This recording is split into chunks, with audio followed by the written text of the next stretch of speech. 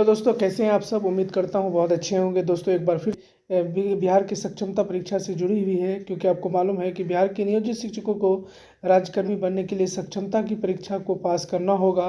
तो दोस्तों मैं उसमें से आपको क्लास 6 के अतीत से वर्तमान से बहुत महत्वपूर्ण पॉइंट हैं जो कि आपके एग्ज़ाम में पूछे जा सकते हैं, क्योंकि आपको जैसा मालूम है कि सक्षमता के परीक्षा में ज़्यादातर SCRT यानी बिहार बोर्ड की किताबों से आपको प्रश्न आने वाला है। ये लगभग उम्मीद आप रखिए, ज़्यादातर इससे सवाल पूछे जाएंगे। तो इसमें से इतिहास से कोई भी सवाल पूछा जा सकता है, ये कहीं ना कहीं आपसे ज़रूर पूछा जाएगा। तो इसलिए हम लगातार आपके लिए SCRT के विज्ञान, उर्दू, हिंदी दोनों भाषा में, और साथ ही साथ आपके लिए मैं EBS 3 से 5 क्लास तक के सभी इम्पोर्टेंट टॉपिक का वीडियोस को बनाकर आपके इसी चैनल पर प्लेलिस्ट में जाकर आप देख सकते हैं, मैंने डाल दिया है।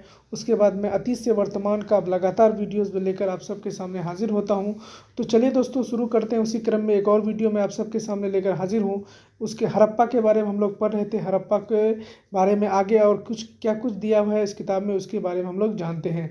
अगर आप बिहार बोर्ड में हैं और बिहार बोर्ड की किताब की तैयारी करना चाहते तो मेरे इस वीडियो से ज़रूर जुड़ जाएं, क्योंकि यहीं से ज़्यादातर सवाल पूछे जाएंगे। तो किताब के ही इंपॉर्टेंट पॉइंटों को लेकर मैं आप सबके सामने हाजिर हूँ। चलिए तो शुरू करते हैं इस वीडियो को। हड़प्पा के जो नगर हैं उसमें क्या खास बातें थी, क्या खास चीज़ें थी, उनके बारे में हम बता रहे थे।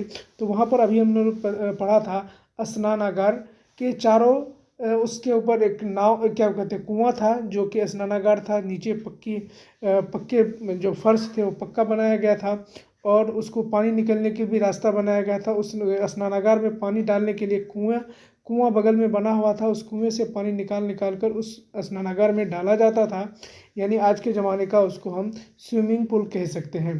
तो चलिए आगे है उसकी के बारे में जो इम्पोर्टेंट पॉइंट है। स्नानागार के चारों ओर कमरे बने हुए थे। विशिष्ट अवसर पर स्नान, मोहनजोदारो, हड़प्पा, कालीबंगा, लोथल में एक समान विशेषताओं वाली रचनाएं मिली है। इन संरचनाओं के अन्नागार या कोठार के रूप में पहचान हुई है।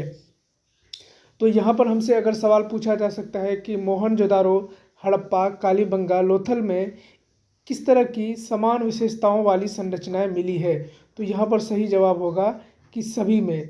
कालीबंगा और लोथल में अग्निकुंड के साक्ष्य मिले हैं। तो दोस्तों यहाँ पर सवाल बन सकता है कि अग्निकुंड के साक्ष्य कहाँ मिले हैं, तो कालीबंगा और लोथल दोनों में मिले हैं।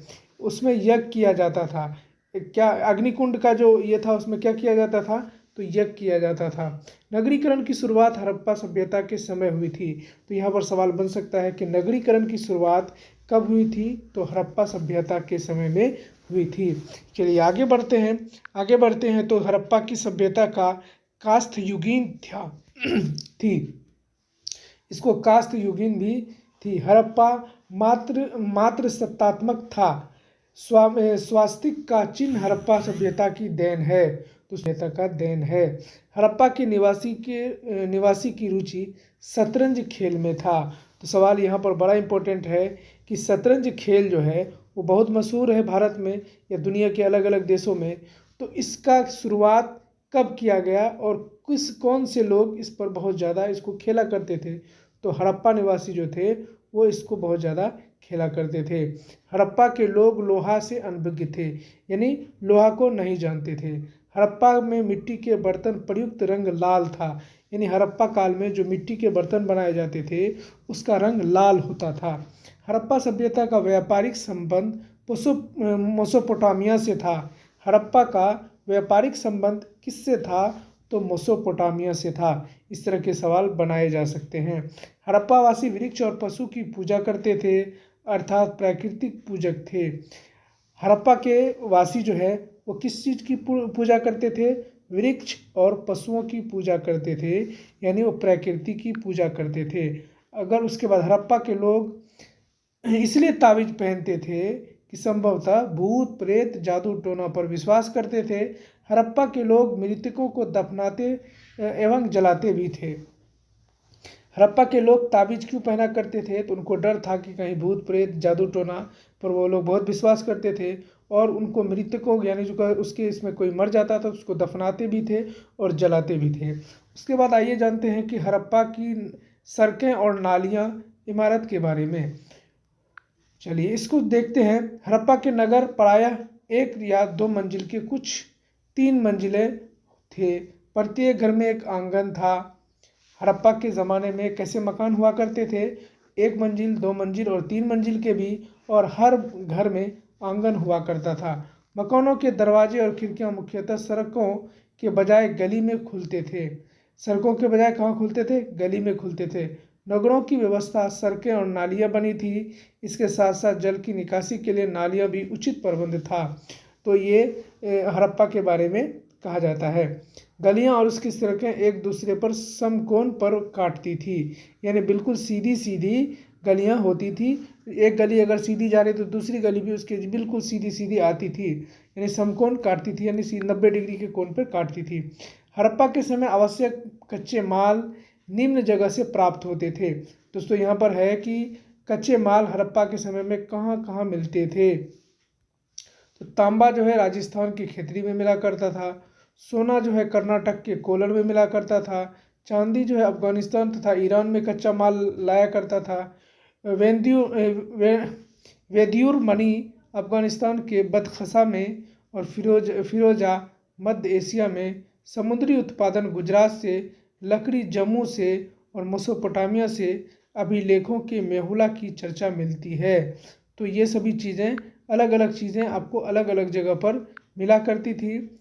उसके बाद हड़प्पा सभ्यता का व्यापारिक संबंध मेसोपोटामिया सभ्यता से था। तो ये बहुत कई बार पूछा जा सकता है कि हड़प्पा सभ्यता का व्यापारिक संबंध किससे था, तो याद रखना है हमको मेसोपोटामिया से। चलिए आगे बढ़ते हैं। जब हम आगे बढ़ते हैं तो हड़प्पा में पकी हुई मिट्टी की स्त्री मूर्तियां भारी संख्या में मिलती है। तो हड़प्पा के दौर में औरतों की यानी स्त्रियों की जो मूर्ति है वो पकी हुई मिलती थी, यानी उसको आग में पहले पकाया जाता था, फिर इस मूर्ति को रखा जाता था। उसके बहुत सारे साक्ष्य मिले हैं। हड़प्पा के लोग धरती की उर्वरता को देवी मानते थे। मातृ देवी की पूजा का प्रचलन था, यानी उस वक्त मिट्टी की पूजा की जाती थी। एक मोहर पर पुरुष देवता का चित्र भी मिला है। इसका संबंध पशुपति महादेव से स्थापित होता है, यानी मोहर मिला है जिसको पशुपति महादेव से इसका संबंध जोड़ा जाता है। एक सींग वाला गेंडा, कबूतर वाला सांड का विशेष महत्व है। यहाँ पर सवाल बन सकता है कि दोस्तों कि एक सींग वाला सांड और क्या कहते हैं गेंडा का किसके ज़माने में इसकी पूजा या इसको बहुत ज़्यादा महत्व दिया जाता था। तो हड़प्पा काल हमको याद रखना पड़ेगा। हड़प्पा की सभ्यता किसी भी मंदिर के साक्ष्य नहीं मिला है, यानी हड़प्पा काल में मंदिर के साक्ष्य नहीं मिले हैं। तो दोस्तों यहाँ पर एक बहुत इंपॉर्टेंट सवाल बन सकता है कि किस काल में मंदिर के कोई साक्ष्य नहीं मिले हैं। तो हड़प्पा काल में मंदिर का कोई भी साक्ष्य नहीं मिला है। इस बात का सही आंसर यही होगा। उसके बाद धोलवीरा गुजरात, ये भारत का सबसे बड़ा हड़प्पा स्थल है। तो यहाँ पर दोस्तों सवाल बन सकता है कि भारत का सबसे बड़ा हड़प्पा स्थल कहाँ पर है, तो धोलवीरा गुजरात में है। धोलवीरा गुजरात के पश्चिम कोने में बसा हुआ है। धोलवीरा कहाँ बसा है तो गुजरात के पश्चिम कोने में। अगर सवाल बन सकता है कि गुजरात के किस कोने में धोलवीरा बसा हुआ है, तो हमें दोस्तों याद रखना है पश्चिम कोने में। धोलवीरा को 3 भागों में विभाजित था। गंडीनगर नगर किलेबंदी थी, मध्यनगर किलेबंद, गरीनगर और मध्य नगर आपस में जुड़े हुए थे। निचले नगर किलेबंदी नहीं थी। राजकीय, सामाजिक, धार्मिक सभाओं उत्सवों के लिए खूब चौड़ा और खुला मैदान होता था। यानी धोलवीरा में जो हड़प्पा काल में जो सबसे बड़ा हड़प्पा काल का वहाँ पर ये सभी चीज़ें मिलती हैं, तो वहाँ पर बहुत सारी चीज़ें थी और बड़ा सा खुला मैदान, चौड़ा मैदान हुआ करता था, जहाँ पर राजकीय, सामाजिक, धार्मिक सभाओं के उत्सव मनाए जाते थे। उसके बाद आप बात करते हैं लोथल की। लोथल जो सभ्यता है, लोथल खंभात की खाड़ी से निकट अहमदाबाद से 80 किलोमीटर की दूरी पर एक स्थित एक हड़प्पा नगर है। यानी हड़प्पा नगर, लोथल एक हड़प्पा नगर था। शहर की किलेबंदी की गई थी। किले के भीतर सार्वजनिक और निजी दोनों तरह के भवन थे। तो यहाँ पर सवाल बन सकता है कि हड़प्पा काल में कौन से शहर में किलेबंदी की गई थी। किले के भीतर सार्वजनिक और निजी दोनों तरह के भवन थे, तो हमें याद रखना है लोथल। उसके बाद फारस की खाड़ी की मोहरें यहाँ पाई जाती हैं।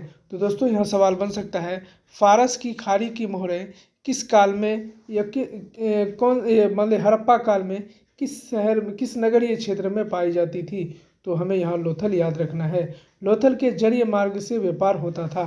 तो यहाँ पर ध्यान रखना है कि लोथल में किस मार्ग से व्यापार होता था? तो हमें याद रखना है जलीय। लगभग 1700 ईस्वी पूर्व हड़प्पा सभ्यता का ह्रास होने लगा। यानी हड़प्पा सभ्यता का ह्रास कौन से ईस्वी में होने लगा? तो 1700 की ईस्वी में। पतन के सारे कारण इतिहासकार ने दिए हैं। पतन के सारे कारण किसने दिए हैं? इतिहासकार ने दिए हैं।